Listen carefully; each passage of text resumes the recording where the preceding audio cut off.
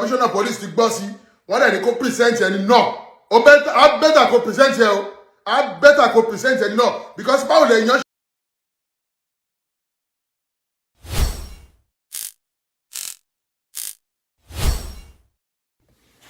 Yeah, good morning. Ẹ kú ojúmọ́. Ní gbogbo ibi tẹ́ ti ń gbọ́ mi. Àwọn àtúnkì ń kábọ̀ sórí inú mi ò dùn láti wá ṣe fídíò eléyìí because mo ti rí orí ọ̀rọ̀ babaláwo rí náà láti alẹ́ àná ni mo rí fídíò náà. àmọ́nù yìí àwọn ló ní ọ̀rọ̀ láti sọ ó bà mí nínú jẹ́ púpọ̀. tó ń jà wọ́n nípa ọ̀rọ̀ babaláwo rí àti kókó sáyà ẹ wo fọ́tò tẹ́ ń wò sálẹ̀ yẹn tó pọ̀ rẹpẹtẹ ọ̀gbẹ́ni kan tó máa ń ṣe eré ìtàgé ní Láwórì yá ìfẹ́ sọ tábàlẹ̀ tí ń bọ̀ ẹ má gbàgbé kẹ́ bá wa subscribe kẹ́ bá wa like kẹ́ bá wa ẹ̀dá pé wọ́n máa ń ṣàwàdà púpọ̀ ní inú eré but pẹ̀lú gbogbo interview wọn tí mo wò torí èmi ò ń gbẹ́jọ́ apá kan dá apá kan sí mo gbọ́ gbogbo interview wọ́n dẹ̀ ṣàlàyé bí ọ̀rọ̀ náà ṣe jẹ́ mo tún gbọ́ ti ẹnu Koko Zaria náà mo gbọ́ yẹn náà according to my own conclusion nígbà tí mo gbọ́ fídíò náà tí mo wò Láwórì sọ pé àwọn lọ sí àwọn lọ sókèṣàn kan ni Koko Zaria ló dẹ̀ làwọn lọ bá láti lọ kí ṣùgbọ́n níbẹ̀ ni wọ́n ti fọ́ ìgò mọ́ àwọn ẹwu orí ẹni lẹ́ni torí tòlù lọ́hùn lọ fọ́ ìgò mọ́ àwọn lórí ẹwu orí wọn bó ṣe pín sí méjì now mo gbọ́ ti Koko Zaria náà ń sọ tí wọ́n gbogbo ẹ̀ kátẹ́gàtà ó ṣàǹgí títí ẹ̀ náà jákujàku bákan. Now, this is my judgment and this is my question. Ẹ jọ̀ọ́, kí ló dé tí àwọn olófò ṣe pọ̀ nílùú Nàìjíríà yìí náà? Ẹ jọ̀ọ́, because mo wo fídíò náà ó bà mí nínú jẹ́. Kí ló dé táwọn olórí burúkú pọ̀ nílùú Nàìjíríà? Kí ló dé táwọn apààyàn pọ̀ nílùú Nàìjíríà? Kí ló dé táwọn ìkà pọ̀ nílùú Nàìjíríà? Kí ló dé táwọn má ṣàǹfààní àwọn olórí burúkú ẹ̀dá? Kí ló dé tó pọ̀ nílùú Nàìjíríà?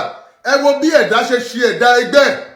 tọ́dẹ̀ láìkò mọ́ lórí ẹwọ orí ẹwọ fídíò ẹwọ fọ́tò tẹ́ ń wò yẹn náà ẹwọ orí bó ṣe rí náà mo gbọ́ kí ni mi ò lè wo ẹ̀dá ọmọ ẹgbẹ́ ṣé ká lè sọ pé ó dájú ni àbò kálá àbò burú àbí kí ni because gbogbo kí ni wọ̀nyí ó máa ń jẹ́ ẹ̀kọ́ tó máa ń bà mí nínú jẹ́ púpọ̀ èmi gbọ́ ohun kí ni yẹn bọ̀ èmi ò believe pé Koko Zaria ọmọ kankan bẹ̀ ọ̀gbẹ́ni Koko Zaria ó mọ kankan nípa bó ṣe fọ́ọ̀mà yìí lórí o ṣùgbọ́n tó bá yẹ pé o mọ kankan o mẹni tó ṣiṣẹ́ yìí sórí láti lè jẹ́ kó o bọ́ nínú kéèsì lọ fa àwọn because mo gbọ́ pé kéèsì náà commissioner police ti gbọ́ sí wọ́n dẹ̀ ní kó present ẹni náà á bẹ́tà kó present ẹ o á bẹ́tà kó present ẹni náà because báwo lè yan ẹ̀dá ṣe máa ṣe èdè ẹgbẹ́ báyìí tó lè máa lọ scot free bẹ́ẹ̀ yẹn nígbà tó yẹ pé ilẹ̀ blame yín àwọn olóṣèlú olórí burúkú yìí ni máa blame àbí àwọn lèmi máa blame nígbà tó yẹ pé àwọn lọ ń lò yìí àwọn náà lọ jẹ́ kí gbogbo aráàlú wọn ti sọ wọ́n dọmọ ọ̀tátọ́ àwọn náà lọ ń embrace wọn àgbàdo pé àwọn náà lọ kú wọn ṣẹ́ nígbà tó jẹ́ pé ẹni tó bá jẹ́ pé kò ń ṣe tiwọn àwọn tó bá jẹ́ pé kò ń ṣe tiwọn opponent wọn àwọn náà rán sí wọn kọ́ lọ pa wọ́n dànù imagine kẹ́dà ẹgbẹ́ dẹ̀ ṣe ẹ̀dẹ́ ẹgbẹ́ báyìí kò dẹ̀ mú ìgò ó dẹ̀ lámọ́lámùjẹ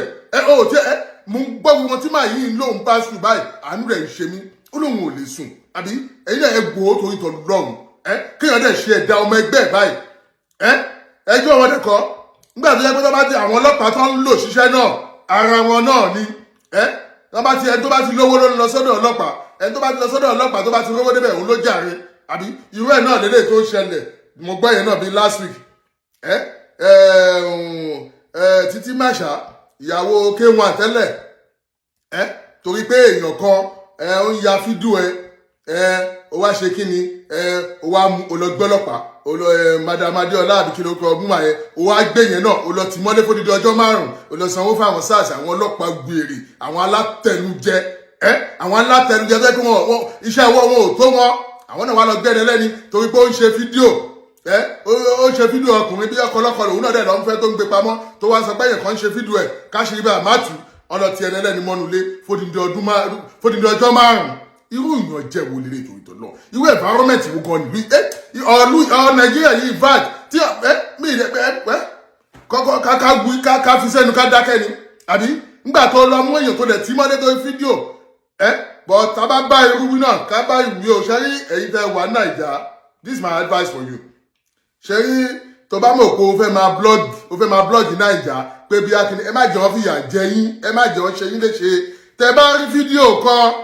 tó bá jẹ́ pé fídíò náà fídíò àṣírí ni àbí kankan ẹ sẹ́ndì ẹ̀ sáwọn tó wà ń lu òyìnbó ẹ sẹ́ndì ẹ̀ sẹ́mi yìí ẹ sẹ́ndì ẹ̀ àgbéjáde kò sí má jẹ́ ń gbọ́ òsì ń bẹ̀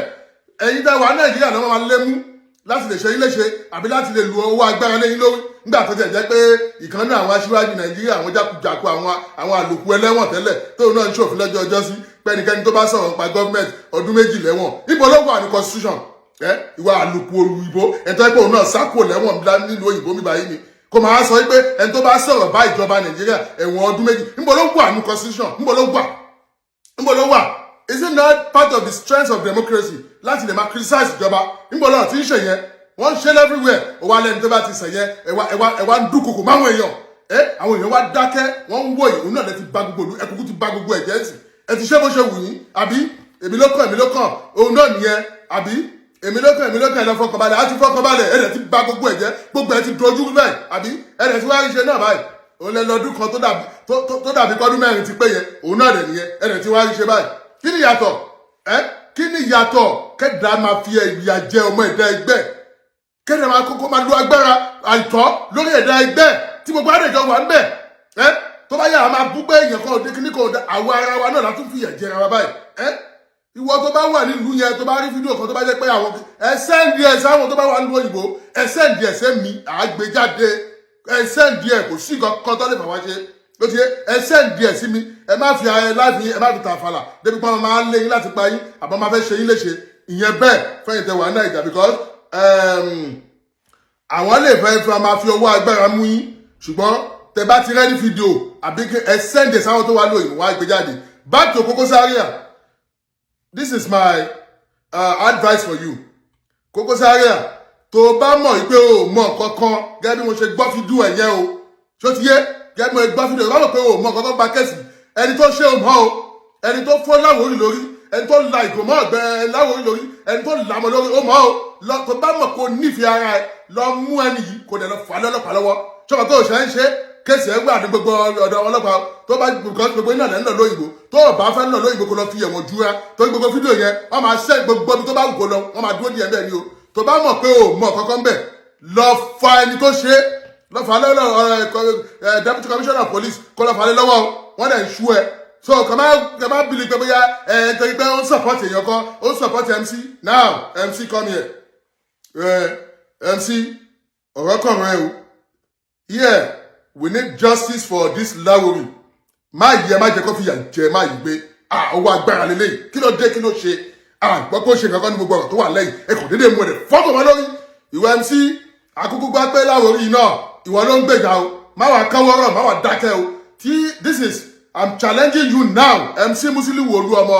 Ọ̀rọ̀ yìí má jẹ́ kí yà jẹ Láwòrì gbé o.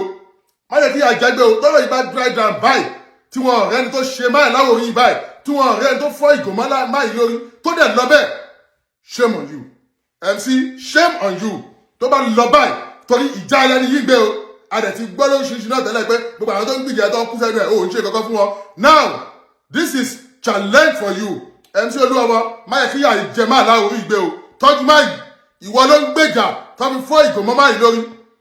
MC Olúọmọ gbogbo agbára tó bá wù ẹ̀ kò ní fi gbọ́ ẹni tó ṣiṣẹ́ ìjáde kó dẹ̀ fìyà jẹ náà má jẹ́ kó lọ scot free o ìyẹn là ń pè ní pé èèyàn ń tẹ̀lé alágbára ó ń jèrè alágbára àmọ́ tó bá wá dákẹ́ bẹ́ẹ̀ tó káwọ́rọ̀ tó ṣe kankan fún báyìí ẹlẹ́dàá ò ní ṣàdúrà fún ẹ o ẹlẹ́dàá á dẹ̀ mú ẹ o MC Musiliu mo mọ̀ pé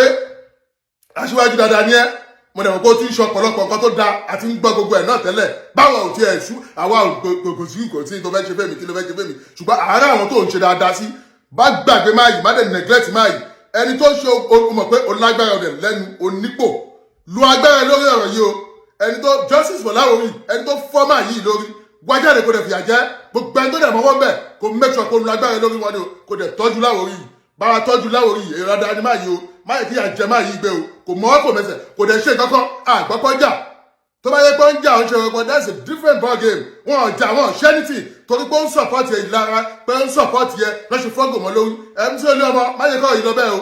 tọ́jú Láwòrì good day.